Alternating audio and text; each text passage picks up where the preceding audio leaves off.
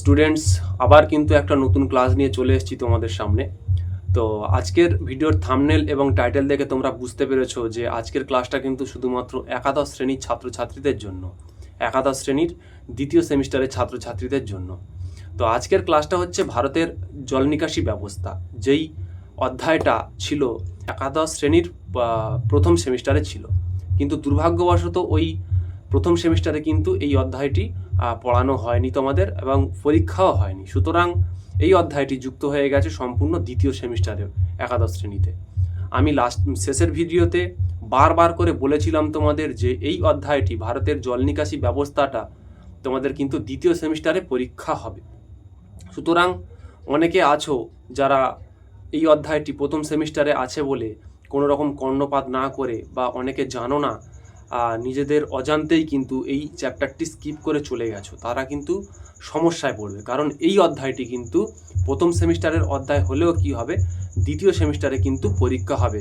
Geography of India থেকে কিন্তু এই অধ্যায়টি পরীক্ষা হবে, এখান থেকেও কিন্তু প্রশ্ন আসবে। যেহেতু প্রথম সেমিস্টারে পরীক্ষা হয়নি, তাই দ্বিতীয় সেমিস্টারে কিন্তু এই অধ্যায়টি যুক্ত করা হয়েছে। তো চলো আজকের শুরু করা যাক। যে সমস্ত ছাত্রছাত্রীরা এখনও ভয় পাও যে ভারতের জল নিকাশি ব্যবস্থা বা জল নির্গম প্রণালী কী, উত্তর দিতে ভয় পাও, তাদের জন্য বলবো আজকের ক্লাসটি পুরো প্রথম থেকে শেষ পর্যন্ত দেখো, স্কিপ না করে। তাহলে কিন্তু এই ক্লাসটি করার পর, মনোযোগ সহকারে করার পর, তাদের কিন্তু কোনো রকম অসুবিধা হবে না কোনো রকম উত্তর দিতে। তাই বলবো যে তোমরা প্রথম থেকে শেষ পর্যন্ত কিন্তু ক্লাসটা করতে থাকো, তোমাদেরই ভালো হবে। তো জল নির্গম প্রণালী, জল নির্গম প্রণালী বলতে কি বুঝি? জল নির্গম প্রণালী যখন স্টার্ট করেছি চ্যাপ্টার, তো জল নির্গম প্রণালী সম্পর্কে কিছু বলি। তো জল নির্গম প্রণালীটা কি? দেখো, কোনো নদী অববাহিকা, ধরে নাও একটা নদী অববাহিকা আছে, তাহলে সেখানে তো নদী মাস্ট প্রবাহিত হবে।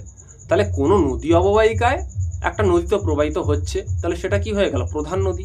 তাহলে প্রধান নদীর সঙ্গে বাইরে থেকে কোনো নদী এসে মিলিত হবে, সেটাকে উপনদী বলি। আমরা পড়েছি এগুলো, ক্লাস 7-এ ছিল উপনদী।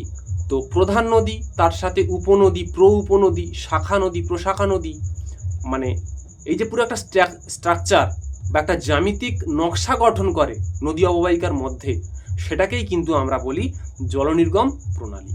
তাহলে শুদ্ধ ভাষায় বলতে গেলে কি হবে, একটা পরিশ্রুত সংজ্ঞা আমরা কি দেবো, যে কোনো নদী অববাহিকায় প্রধান নদী, উপনদী, উপনদী, শাখা নদী, প্রশাখা নদী মিলিত হয়ে যে একটা জ্যামিতিক নকশা গঠন করে, তাকেই কিন্তু আমরা বলি জলনির্গম প্রণালী।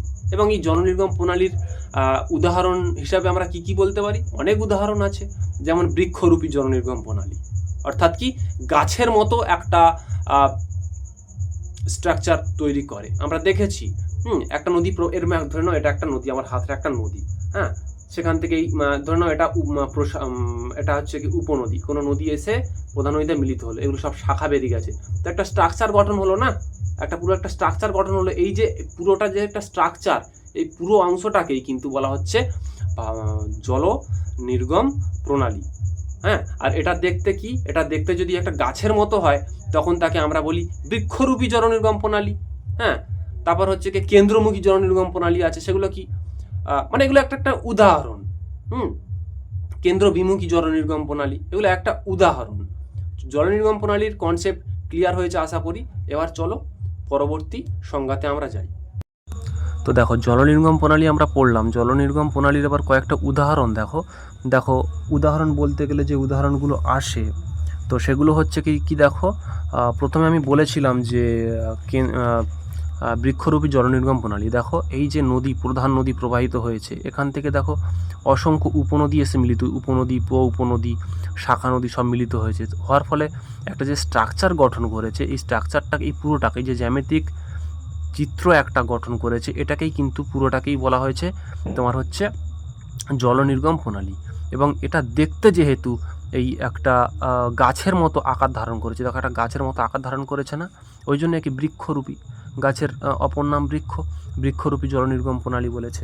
হ্যাঁ, তো এবার হচ্ছে কি দেখো তুমি এরকম অনেক কটা উদাহরণ আছে কেন্দ্রমুখী জলনির্গম প্রণালী। অর্থাৎ দেখো, একটা কেন্দ্রকে অবস্থান করে, মানে বিভিন্ন জায়গা থেকে, মানে ভূমি কীরকম হয় বলো তো, ভূমি যখন এই রকম উত্তল প্রকৃতির হয়, এই রকম প্রকৃতির ভূমিভাগ হয়, তখন কি হয়, তাহলে বিভিন্ন জায়গা থেকে নদী এসে কি এইখানে এসে মিলিত হবে, উত্তল প্রকৃতির যেহেতু এখানে এসে মিলিত হবে, মানে কেন্দ্রের দিকে আসছে না, ওই জন্য দেখো একটা কেন্দ্রকে অবস্থান করে বিভিন্ন দিক থেকে কিন্তু নদী এসে মিলিত হচ্ছে। বোঝা গেল? তাহলে এইটা হচ্ছে কি তোমার কেন্দ্রমুখী জলনির্গম প্রণালী। নিচে ঠিক তার উল্টো, মানে ভূমি যদি এরকম উচ্চভূমি হয়, তাহলে ওখান থেকে যদি মানে নদী সৃষ্টি হয়, তাহলে সব বাইরের দিকে চলে যাবে, মানে কেন্দ্র থেকে বাইরের দিকে, মানে কি দেখতে কিছুটা সেই সাইকেলের রিংয়ের মতো হয় না, যে সাইকেলের রিং যেরকম কেন্দ্র থেকে বাইরের দিকে স্পোকগুলো ছিটকে যায়, ঠিক তেমনই দেখো বাইরের দিকে নদীগুলি প্রবাহিত হয়ে গেছে সব। তো একেই বলা হচ্ছে তোমার কি কেন্দ্র বিমুখ, অর্থাৎ কেন্দ্রের বিপরীত, কেন্দ্র বিমুখ জলনির্গম প্রণালী। তো এই হচ্ছে জলনির্গম প্রণালীর বিভিন্ন উদাহরণ। তো এখন আমরা পড়ব যেটা নদীর উদ্ভব অনুসারে নদীকে কয়েকটি ভাগে ভাগ করা যায়, সেই ভাগগুলো আমরা দেখে নেবো। দেখো সেই ভাগগুলো, তো প্রথমে দেখো তোমরা ছবিতে দেখতেই পাচ্ছ, ভালো করে একটা ছবি লক্ষ্য করো, ছবিতে দেখতেই পাচ্ছ। প্রথমে আমরা যেটা পড়ব সেটা হচ্ছে অনুগামী নদী। ঠিক আছে, প্রথমে আমরা যেটা পড়ব সেটা কি অনুগামী নদী। তাহলে অনুগামী নদী কিভাবে হবে দেখে নাও। দেখো ভূমির ঢাল যদি এই প্রকৃতির হয়, তোমরা এই ভূমিরূপটা দেখতে পাচ্ছ প্রত্যেকে, হ্যাঁ 3D কোয়ালিটিতে আঁকা আছে। দেখো ভূমি যদি এই রূপ হয়, তাহলে স্বাভাবিকভাবে বুঝতেই পারছো পূর্বে ভূমির ঢাল, অর্থাৎ ডান দিকে ভূমিটা একটু নিচু প্রকৃতির, তাই তো?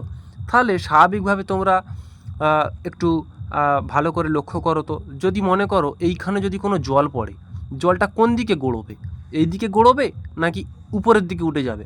স্বাভাবিকভাবে ভূমির ঢাল যেহেতু এই দিক থেকে এই দিকে, তাহলে জল কোন দিকে গড়বে? জল কিন্তু স্বাভাবিকভাবে ওপর থেকে নিচের দিকে, অর্থাৎ যেদিকে ঢাল সেদিকে কিন্তু জল গড়িয়ে চলবে। হলো?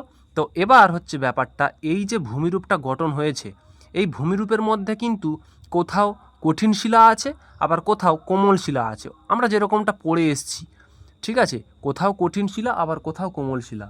এবং আমরা কি জানি, কঠিন শিলা কি হয়, কম ক্ষয়প্রাপ্ত হয়, এবং কোমল শিলা কি বেশি ক্ষয়প্রাপ্ত হয়।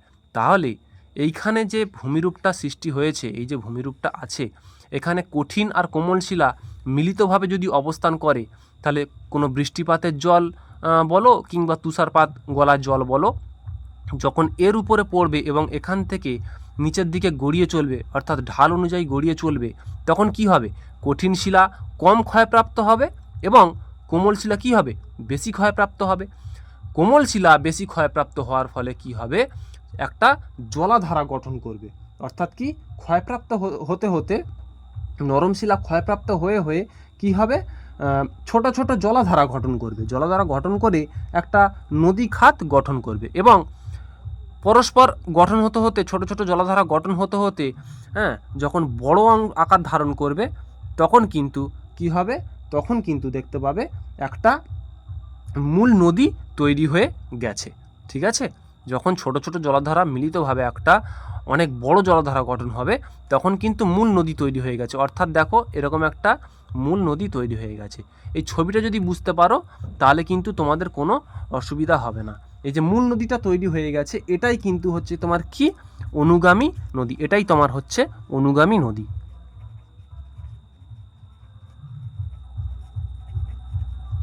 এটাই হচ্ছে অনুগামী নদী। সুতরাং প্রত্যেককে বলবো ছবিটা ভালো করে দেখতে, এবং তাহলে একদম পরিষ্কার ভাষায় সংজ্ঞা দিলে কি হবে, সংজ্ঞার ভাষা এমনই হবে যে ভূমির প্রারম্ভিক ঢাল অনুযায়ী প্রথমে যে নদীর উৎপত্তি ঘটে তাকেই কিন্তু বলা হয় অনুগামী নদী। তাহলে বোঝা গেল, ভূমির প্রারম্ভিক ঢাল অনুযায়ী যে নদীর উৎপত্তি ঘটে তাকেই কিন্তু বলা হয় অনুগামী নদী। এই অনুগামী নদীকে কিন্তু প্রাথমিক নদীও বলা হয়, নতি নদীও বলা হতে পারে, যেহেতু নতি অনুযায়ী গঠন হচ্ছে। তাহলে ভূমির প্রারম্ভিক ঢাল অনুযায়ী যে নদী গঠন হয় তাকে কিন্তু অনুগামী নদী বলা হয়। তো এবার আসি আমরা পরবর্তী নদীতে। পরবর্তী নদী কাকে বলে? দেখো পরবর্তী নদী কি, এই যে ভূমিরূপটা আছে, এই ভূমিরূপের দুদিক থেকে যদি চাপ দেওয়া যায়, দুদিক থেকে যদি চাপ সৃষ্টি করা যায়, এই যে ভূমিরূপটা আছে তোমরা ড্র করা আছে দেখতে পাচ্ছ, দুদিক থেকে যদি প্রেসার ক্রিয়েট করা যায়, সে বিভিন্ন কারণে, পাত সঞ্চালনের কারণে হতে পারে, একটা পাত অপর পাতের দিকে এগিয়ে আসতে পারে, তাহলে দুদিক থেকে যদি চাপ দেওয়া যায়, দুদিক থেকে যদি চাপ দেওয়া যায় তাহলে কি হবে, এখান থেকে যদি প্রেসার ক্রিয়েট করা যায় তাহলে কি হবে, এই ভূমিটা তখন দেখতে পাবে একটা উত্তল প্রকৃতির ভূমিরূপ সৃষ্টি হতে দেখা যায়। আমরা কি জানতাম যে একটা পাত অপর পাতের দিকে এগিয়ে এলে কি হয়, ভারী পাতটা হালকা পাতের নিচে প্রবেশ করে এবং হালকা পাতটা ভারী পাতের উপরে প্রবেশ করে, এরকম একটা ভূমিরূপ গঠন হয়, তাই তো। তাহলে এইখানে যদি দুদিক থেকে চাপ দেওয়া হয় তাহলে তোমরা দেখতে পাচ্ছ এই যে ছবিটা আবার দেখছো, এরকম প্রকৃতির কিন্তু একটা ছবি দেখতে পাবে। আমি তোমাদের ছবি দুটো একসাথে দেখানোর চেষ্টা করছি।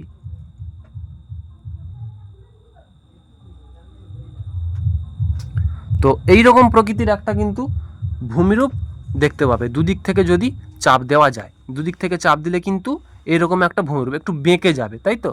তাহলে দুদিক থেকে পার্শ্বচাপ দেওয়ার ফলে, বেঁকে যাওয়ার ফলে কি হবে, এই যে নিচু অংশটার যে সৃষ্টি হয়েছে, এই যে নিচু অংশ, এই যে নিচু অংশ সৃষ্টি হয়েছে, তাহলে কোথাও উঁচু কোথাও নিচু, কোথাও উঁচু কোথাও নিচু, এইরকম কিন্তু উত্তল অবতলাকৃতি অংশের ভাঁজ সৃষ্টি হয়েছে।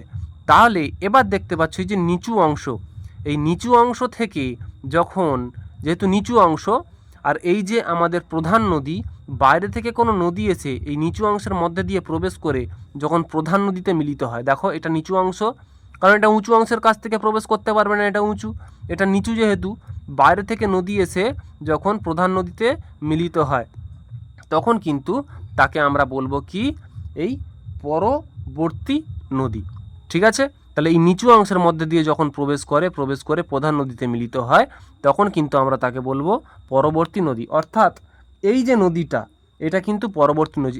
এই যে নদী তোমরা দেখতে পাচ্ছ, বা এই যে নদীটা তোমরা দেখতে পাচ্ছ, এইটা কিন্তু পরবর্তী নদী।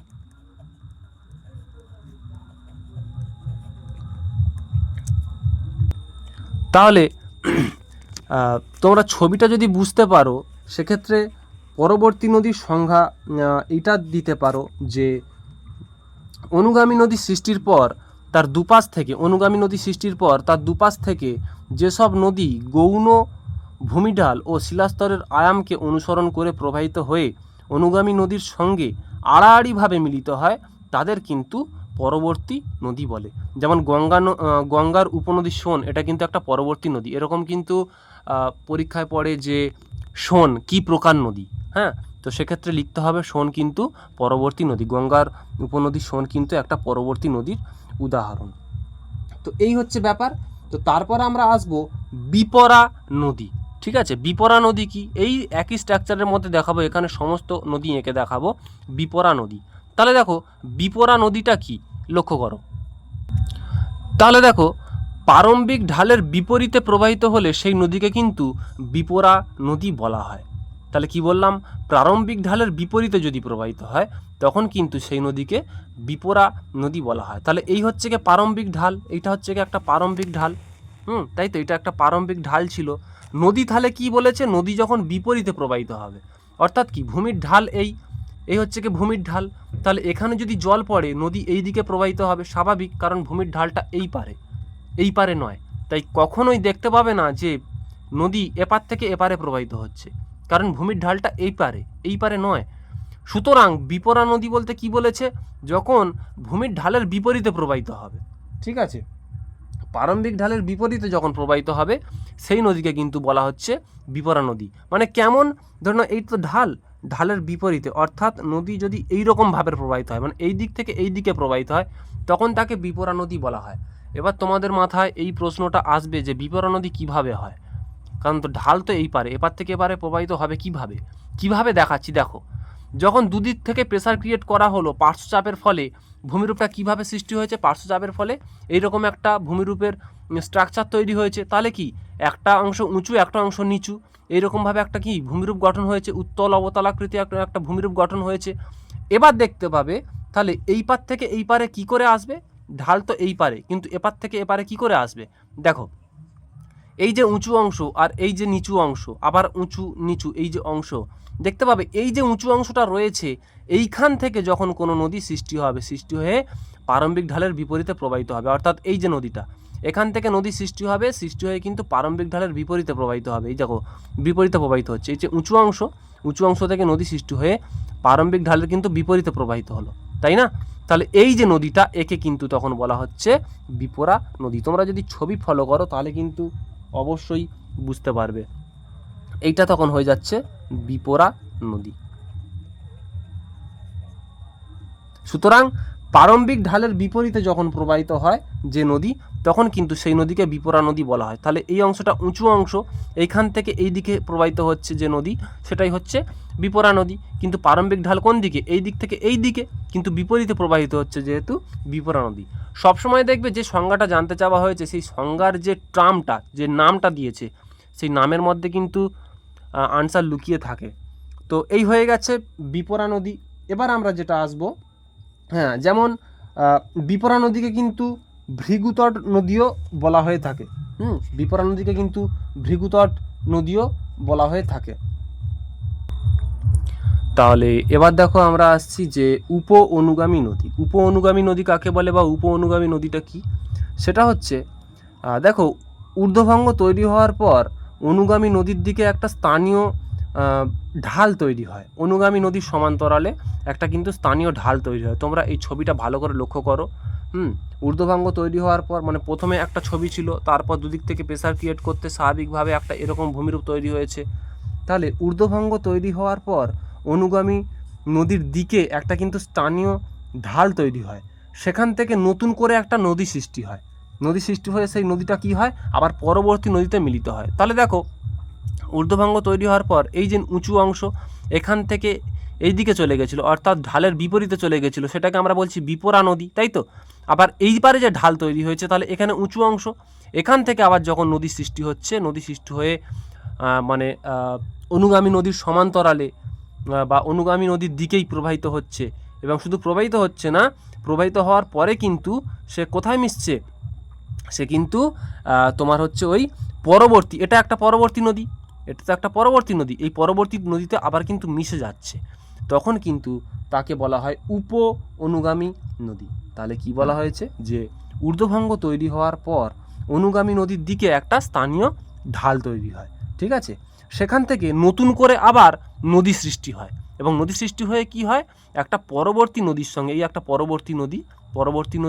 পরবর্তী নদীর সঙ্গে মিলিত হয়।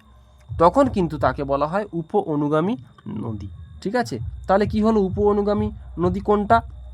এইটা উপ অনুগামী নদী। এইটা হচ্ছে তোমার তখন কি উপ অনুগামী নদী।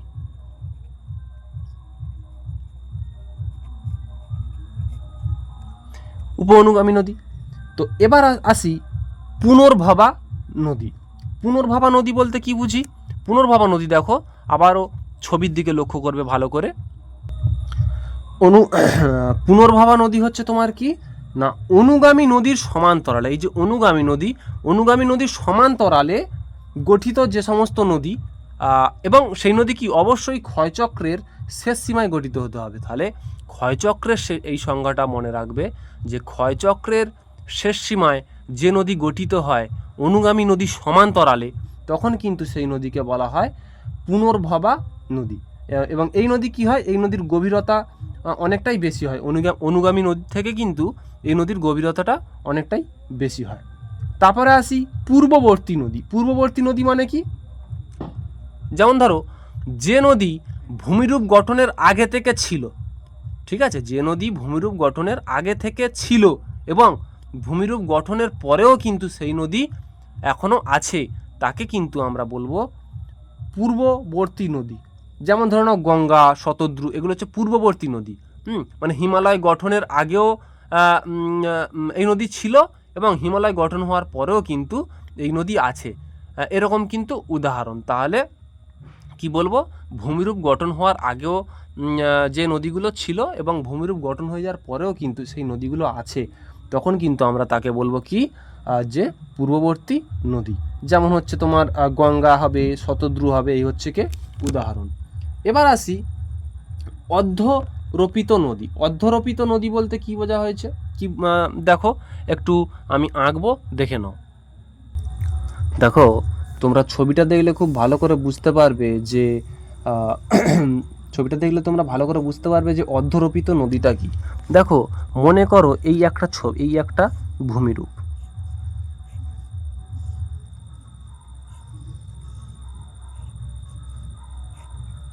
মনে করো এই একটা ভূমিরূপ, ঠিক আছে, একটা ভূমিরূপ, একটা ভূমিরূপ, হ্যাঁ। এবং এই ভূমিরূপ ধরে নাও দীর্ঘদিন ধরে পড়ে আছে। এখানে দীর্ঘদিন ধরে পলি সঞ্চয় হচ্ছে, পলি সঞ্চয় মানে বিভিন্ন কার্যকলাপের ফলে এখানে পলি সঞ্চয় হচ্ছে, হ্যাঁ, মাটি সঞ্চয় হচ্ছে, হওয়ার ফলে এই ভূমিরূপটা ধরে নাও উচ্চতা বৃদ্ধি পেল। অর্থাৎ কি, এই ভূমিরূপটা এরকম ছিল, পরবর্তীকালে পলি সঞ্চয়ের ফলে, হ্যাঁ, আবহ বিকারগ্রস্ত পদার্থ অন্য জায়গা থেকে উড়ে এসে এখানে সঞ্চয়ের ফলে, আরোহণ প্রক্রিয়ার ফলে বিভিন্নভাবে কি হচ্ছে, এর উচ্চতাটা ধরে নাও বৃদ্ধি পেল।